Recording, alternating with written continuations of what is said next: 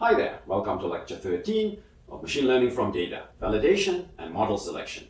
Now these are not very hard concepts, but they're very important, useful concepts. So you definitely want these tools in your bag. Now before we get going, as usual, let's have a quick recap. We're talking about overfitting. Overfitting, there's noise in the data, your learning algorithm tries to fit the noise, and in so doing it gets led astray and outputs nonsense. Okay, now regularization comes along and basically puts a leash on the algorithm, basically applies the brakes, okay, prevents the algorithm from fitting the noise. And here's how it works. Okay. Instead of minimizing just the in-sample error, you minimize the in-sample error plus a penalty term, okay, and we call this sum that you minimize the augmented error. Now, let's look at this penalty term. There are two important parts. The first is what we call the regularizer omega of h. That's basically how you choose to measure the complexity of your hypothesis. And you should pick this penalty term so that it encourages smooth, simple hypotheses. Now, what's the idea there? The idea there is that noise is rough and complex. So by adding a penalty for complex and rough hypotheses, you're preventing your ability to fit the noise. Okay? And there are many different regularizers, and the key here is that we'll pick in practice some standard regularizer like the very popular weight decay regularizer that we talked about last time. Okay, and then the key is to pick the right value of lambda, the right amount of regularization. So that's the other term in this penalty, is this lambda called the regularization parameter that determines how much regularization. And that's the really important term, not so much the type of regularizer, because there are many standard regularizers that encourage smooth, simple hypotheses. The real key is how much regularization do you want. And you can see from these pictures below, which we showed last time, that if you have no regularization, you completely overfit the data and output nonsense. If you have just the right amount, and in this case a very small amount of lambda, a very small amount of regularization, you get almost a miraculous fit. Okay? But as you add more and more regularization, you start underfitting. Okay, so the optimal lambda is basically balancing overfitting with underfitting, balances approximation with generalization. So on the left, you approximate the data well, but you don't generalize. On the right, you don't approximate the data well, but okay, that performance that you get in sample is going to be, the same kind of performance you get out of sample. Bias and variance. So, large lambda will have small variance, but high bias. Small lambda will have a smaller bias, but very high variance. Okay, so you can view the choice of lambda through all these various lenses, and it would be very useful to have a tool for picking lambda. Okay, so let's get to validation. And one of the uses of validation is to pick this sort of optimal lambda, or give some principled approach to picking this optimal lambda, as opposed to just guessing 0.0001. Okay, so let's talk about the high-level idea for validation. Now, you have the out-of-sample error, E out. Okay, and we can generally write the out-of-sample error as the in-sample error plus, let's call it an overfit penalty. Now the VC bound, attempts to bound this overfit penalty with omega of h. Okay, and regularization estimates this overfit penalty with lambda over n omega of g. Okay, so one is VC gives a complexity to the hypothesis set, a complexity penalty for the hypothesis set, and regularization gives a complexity penalty for the hypothesis. Okay, now what does validation do? It just goes all out. It goes all out for the out-of-sample error and says, forget about estimating an overfit penalty. Let's just try to estimate the out-of-sample error directly. Okay, that's what validation does. Okay, now in general, bear in mind that if we can get an in-sample estimate of the out-of-sample error, that's really the holy grail of learning from data. Okay, if we can do that, we've solved the first step of machine learning, the E into E out. We don't need E into E out because we've got E out, and we can directly look at E out. Okay, so that's the goal of today, is to see to what extent can we get can we directly try to estimate E out from the in-sample data. Okay. And then if we can get an estimate of E out from the in-sample data, we can certainly use this estimate for different choices of the regularization parameter lambda, and that'll give us a principled way to pick the regularization parameter lambda. Pick the value of lambda that minimizes the E out. And how did we get E out? Because we have an in-sample estimate. Now, I'm not promising you that we're going to get an in-sample estimate. I'm just saying that if we could, it would be very, very useful. Okay, so let's get into the details and go to the board. Okay, so we're after the out-of-sample error. Okay, so let's see how we would go about getting that in an ideal setting. Okay, so here's the setup. You have a data set, Dn. Okay. And you run this data set through your hypothesis set and learning algorithm, and you produce a final hypothesis G. Okay. Okay? And this final hypothesis G has some out of sample error E out of G. And we would like to get a handle on this E out of G. Now I'll remind you what is E out of G. E out of G is the expected error on a randomly generated out of sample data point. Okay? So you generate a random data point X, the out of sample data point. Okay, you evaluate G of X. Okay? And you compare that with the Y value and compare meaning compute the error. Okay? And this is in some sense an estimate of the out of sample error of G. So let's call this E of G. Okay. So I'm ignoring the fact that X and Y are these randomly generated data points. It's really the error that G makes on a test point. Okay. And you know the expected value of E of G is equal to E out of G. Okay. So now it's important to realize that this is the expected value of E of G. Okay. Whereas when you just generate one data point, yes, on average, in expectation, you're gonna have an estimate for E out of G, or that's the definition of the out of sample error E out of G. But on a single data point, this thing is going to be random, in some sense wild. Okay, so there's going to be some variance. Okay, so there's going to be some variance of E of G. So that's not very nice. If we tested G on just one data point out of sample, it could look good, it could look bad. On average is what we want. Okay. So what's the solution here? So the solution here is don't just generate one data point out of sample to test your final hypothesis and to evaluate its out of sample error. Generate a bunch of data points. So let's imagine that you generated K test points. Okay. So you generated K test points, X1, X2, up to xk. Okay. Well, since these are test points, these are out of sample points, let's call this the test data set, D test. Okay. And so, you have your test data set. Nice. Very convenient. Okay. And now what we can do is we can evaluate G on each of these test points. Okay. So imagine that when I evaluate G on test point x1, I get an error E1. Okay. Along with these test points are, of course, the Y values, so I'm going to get E1. And then if I evaluate on X2, I get E2, and so on. I can get E1, E2, up to EK. So what's the error made by my final hypothesis? On K test points, let's call it capital K. Okay, and the error made is it depends on what's the application. If it's classification, it's the number of mistakes. Okay, so these are each either correct or a mistake. If it's regression, it's, let's say, the squared error, and so on. Okay, now what would I do? Okay, well, I've got K test errors, okay, and it certainly seems, the right thing to do to take the average, because I'm interested in the expected out of sample error on a test point, and that should be approximated by the average of these test errors. So what I can do is I can compute E test, which is equal to 1 over K, the sum from, little k equals 1 to big K of E little k. Okay, and this we call the test error. This is the test error. Okay, now, it's certainly very appealing to use the test error as an estimate of the out of sample error of G. Okay, and let's see how this behaves. Now, if you're in classification, you could use the VC analysis and so on and so forth. But let me use a sort of analysis that's applicable in general. So we're going to look at the expected value of the test error, and then how good is it as an estimator of E out can be captured by its variance. Now, the error on a single point has the correct expected value, and it has some variance, which could be large. Depends on the distribution of X and Y and so on and so forth. Okay, but now let's look at the test error. So the expected value, and you should be able to do these calculations quickly, hopefully. So the expected value of the test error is equal to the expected value of the test error is equal to the expected value of 1 over K, the sum from little k equals 1 to big K of EK.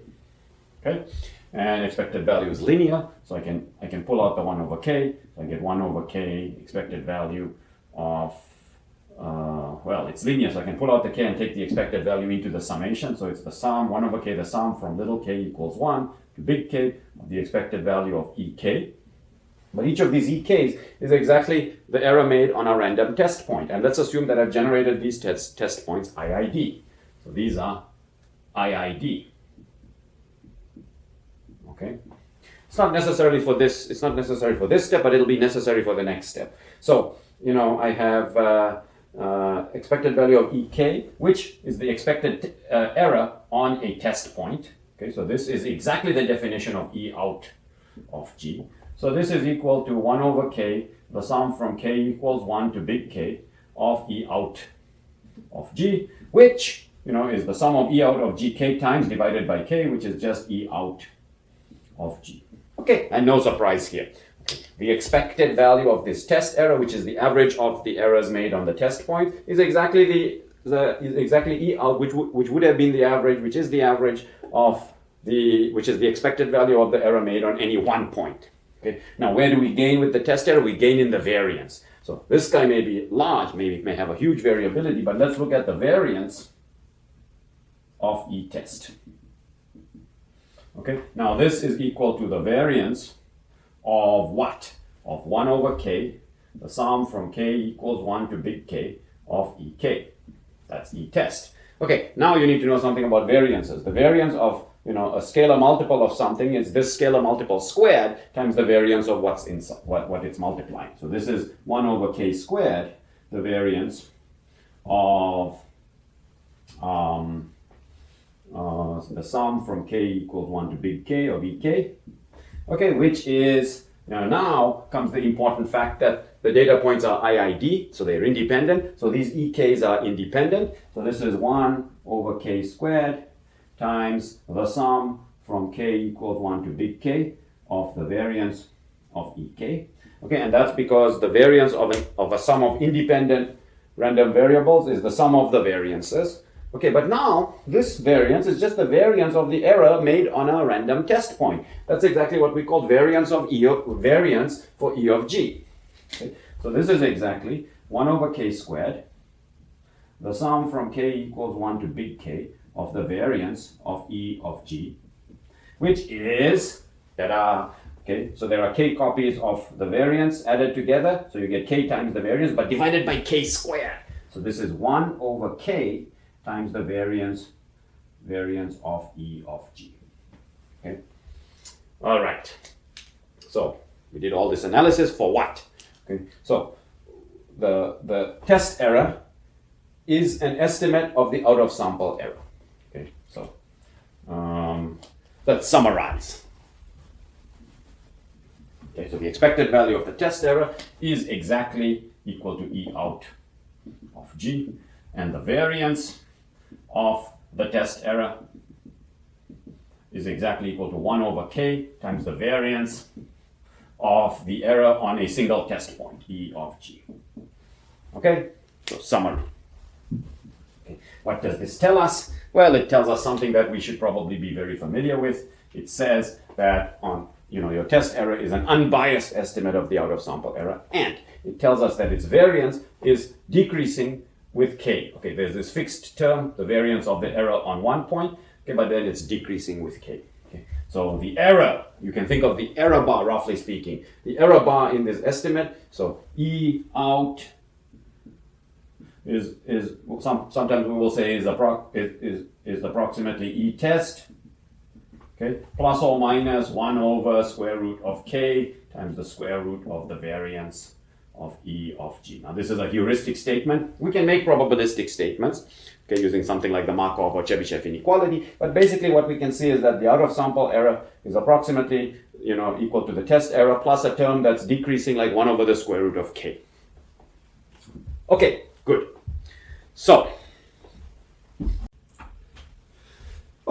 that's nice. We have this nice test error, which is an estimate for the out of sample error that gets more and more accurate as you increase the number of test points K, except that this is a fictitious world. This is not a real world, and for the simple reason that we do not have the ability to generate this test set. Okay, so this ability we don't have. Okay, so we need to come back to the real world and ask if we can perform something similar to this in the real world using data that we do have actually access to. Okay, and indeed we're going to try, and so let's see how that's going to work. Okay, so this real world is called validation. Okay, so the setup starts off the same. Okay, we have our data set. We have our data set Dn. Okay.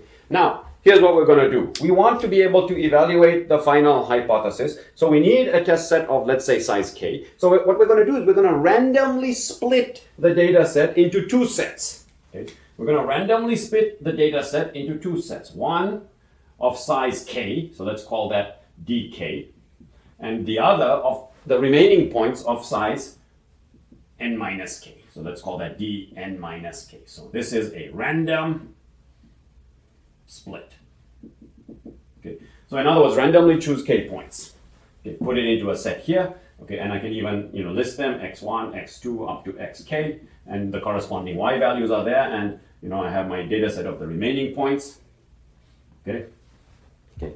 And what have I done? What I've done is I've sort of simulated, I've created this setup, except where I had the data set before, I have a deficient data set, a data set that is missing k points. So we will in fact call this a deficient data set. But everything else that we saw here now can be run. Okay. I can send this data set through my hypothesis set and my algorithm and produce a final hypothesis G. Okay. But is this final hypothesis going to be the same as this final hypothesis? No, because this final hypothesis was picked using all the data. This final hypothesis is picked using the deficient data set. So we will label this the deficient hypothesis, G minus, indicating also the fact that because it was picked using fewer data points, we expect it to be worse. So we really do expect this guy to be deficient. Okay. Not only was it trained on fewer data, but it probably doesn't perform as well. Okay. And we're interested in the out-of-sample error of my deficient hypothesis, E out of G minus. Okay, and we run exactly the same game. Okay, so I have k test points, and these really are test points because remember the data set, the original data set was generated IID. Okay, and then I randomly split it. So these are randomly generated independent test points, just like they were here. Okay, so I can take this G minus and evaluate them on this data set and get E1 of G minus, E2 of G minus, and so on up to EK of G minus. And I can evaluate, I can compute the errors that my deficient final hypothesis is making on this set of k simulated test points, real test points, but they came from the data set. Okay, and I can then compute the average. So the average 1 over k, the sum from k little k equals 1 to big K of E little k of G minus. Okay, and now I have my estimate of the out-of-sample error. Okay, and let me add some terminology here. Now, even though this is technically speaking, just like here, and a test error for this G minus, we typically call this the validation error. So this is called eval. Okay, the validation error. Okay, and this set, okay, it's technically functioning in exactly the same way as this test set, but we don't call it a test set for the only reason that this set was created from the data set. So this guy is called the validation set. Think that I'm using this set to validate whether or not G minus, the deficient hypothesis, is good. Okay. Now the rest of this discussion also continues. There's no way in which this data set of k data points is different from this test set of k test points with respect to this hypothesis. So this validation set with respect to this deficient hypothesis functions in exactly the same way as this test set with respect to the original final hypothesis. So this validation error, okay, is an estimate, okay, of this validation error is an estimate of E out of G minus, just like the test error is an estimate of E out of G. So the expected value of the validation error, okay, now expected value with respect to what? With respect to regenerating of these test points. So that's what this expected value was. So you could think about, if you fixed this training set, but then randomly regenerated test points, the expected value of the validation error is actually E out of what? Of G? No, of G minus. Okay? And similarly, the variance of the validation error, is indeed 1 over k, times the variance of what? Of E of G minus. Okay? So all the same analysis applies. Okay, nice. All right. Okay. Now we're going to sort of analyze this validation scenario, but I'm just going to throw out a question. So, I split the data into a validation set and a training set. I got G minus, okay, and now I have an estimate of E out of G minus, okay, and I can even see that the variance of this estimate, the variance of E validation is dropping in the same way that the variance of the test error is dropping. Okay, so, what's wrong? If I want a better and better estimate, why don't I just set K to be as large as possible as I would have liked to do here? Okay, so is there anything wrong with separating out the data into a, by the way, this is called a training set. This is called the training set. So is there anything wrong with separating out the data into a training set and a validation set? Okay, I'll give you a couple of seconds. Pause the video if you want. Think about it. If you're coming back just for the ride, yes, there is something that could go wrong. Okay, so what would happen? Let's take the extreme case. What would happen if I set K equal to N? Then I have no data to train on.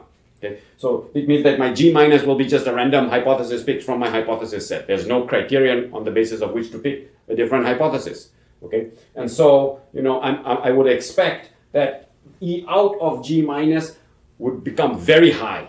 Okay, so let's compare with here.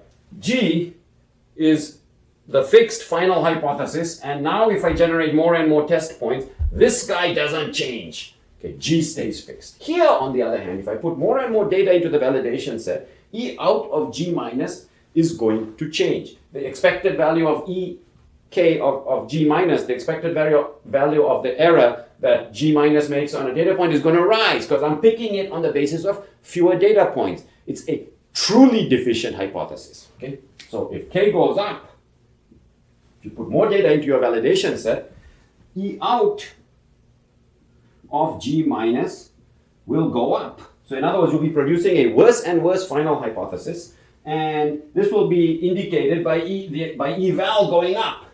Eval will go up. Because remember, eval is a decent estimate of E out of G minus. Okay, and so yes, okay, yes, you might get a better estimate of the E out, but it's going to be a better estimate of a bad quantity. You'll basically be saying that this is a hopeless hypothesis because you've trained it on less and less data. Okay, so there's a trade-off. You can't just throw data into the validation set. You're going to pay for it when it comes time to pick the deficient hypothesis because you're picking on the basis of fewer data. But now let's also look at the variance. Okay, so for the variance of eval is made up of two terms. The 1 over k term, okay, certainly if k goes up, is equal to 1 over k times the variance of E of G minus. Okay, so certainly the k term will go down. So this will drop. So we're looking at the situation where k goes up, you increase the validation set size, so this will drop. Okay, but this guy is interesting. So we already argued that this hypothesis gets more and more deficient, which means that these errors get larger and larger. And it's typically the case that something that's larger and larger will have more and more variance. We're taking the variance of these guys. Okay? So something that's larger and larger will typically have more and more variance. So this guy will tend to increase the variance of the individual errors because they're getting larger, and large things typically tend to have higher variance. So this product, we don't know. It could either drop or it could increase. And typically what happens is, okay, it drops first and then it increases. It drops first because you're getting the benefit of a more and more accurate estimate. The 1 over k dominates. Okay? But then it starts increasing because this now starts giving you diminishing returns when you go from k to k plus 1. But when you go from k to k plus 1, you decrease the the data set by 1, and when the data set is small, decreasing it by 1 is a big deal. And so then this variance of the individual errors goes up a lot. Okay? So let me show you that in a picture.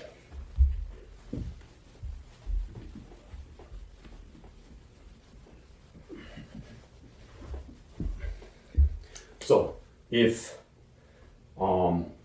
this is K, the size of your validation set, okay, the number of validation points, okay, and on this axis I'm plotting various errors, okay. So then your out of sample error for the deficient hypothesis, that's always going to be increasing, because as you increase K, you have less data to train with, okay. So let me draw it like this. So this is the expected value of eval, okay, which is the E out of G minus. Okay, but remember that G minus is not a fixed hypothesis as you increase K, because as you increase K, G minus is getting worse and worse. So I should really put here G minus of K if I wanted to be more precise. Okay, but now this variance, this error bar in eval is going to look something like this. Okay, so at the beginning, if you pick K equals 1, it's just a wild estimate, and you've got a huge variance. Okay, so the variance looks like this. Okay, it's a huge variance. And then, okay, as you increase K, okay, the variance drops because you're not getting a significantly deficient hypothesis. Okay, so if you take 1 point over here into the validation set, you have a huge variance. Okay, if you take 2 points, you have n minus 2 points, and that's still pretty reasonable for picking a deficient hypothesis, and you have almost doubled, you've halved the variance. So you get a lot of, variance gain for small k. So the variance initially drops, okay, and then once you start getting a more and more deficient hypothesis, the variance of the errors that the hypothesis makes start to increase, okay. Okay, and this is the variance of E of G minus. And if you think about, what is the true out of sample error, it's not going to be much more than, you can get probabilistic bounds with respect to the expected value of eval and its variance. Okay, sorry, this is the variance of eval. Okay, and if you add these two quantities, the variance plus, so let's say the square root of the variance plus the expected value of eval, it's going to look something like this, a picture that we have seen before. Okay. So as you increase the size of the validation set, your estimate, your E out, is dropping. E out being the validation plus its variance, okay, is dropping, and then it starts increasing. It's dropping because you're getting a more and more accurate estimate of E out. And then it starts increasing because the function gets worse and worse. Okay. And so there's an optimal validation set size, K star. Okay.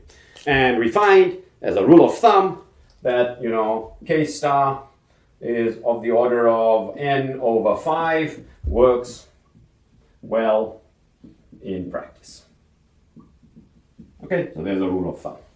So there we have a sort of a pretty decent way of estimating the out-of-sample performance of the final deficient hypothesis. So what you do, you take your data set, put 80% into training, put 20% into validation, you get a final hypothesis, and you can estimate the out-of-sample error of this final hypothesis.